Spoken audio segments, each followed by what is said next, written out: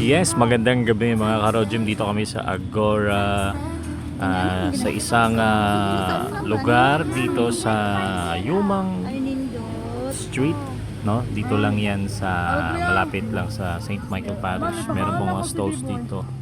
Mga ka-Rojim na pwede nyong pagpilian, mga pagkain na gusto nyong matikman. Nandito na from foods, may mga dry goods din sila mga ka-Rojim. Oh.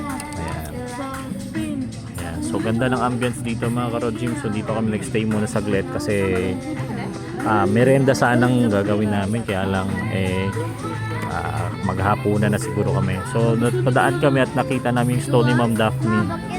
Kasi ito nga cinnamon rolls ni Ma'am Daphne.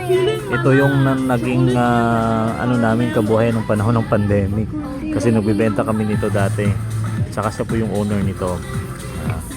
So wala lang na parang binalik tanaw lang namin yung panahon ng pandemic kung saan itong cinnamon rolls ni Ma'am Daphne ay talagang mabenta ito nung panahon ng pandemic, kaya nagbibenta kami ito para extra income na rin.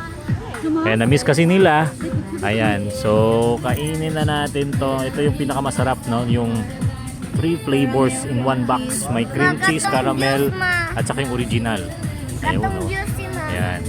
Sige, tikman na natin mga ka-Rojim. So, magmerenda muna tayo. Dala hapunan na rin ito.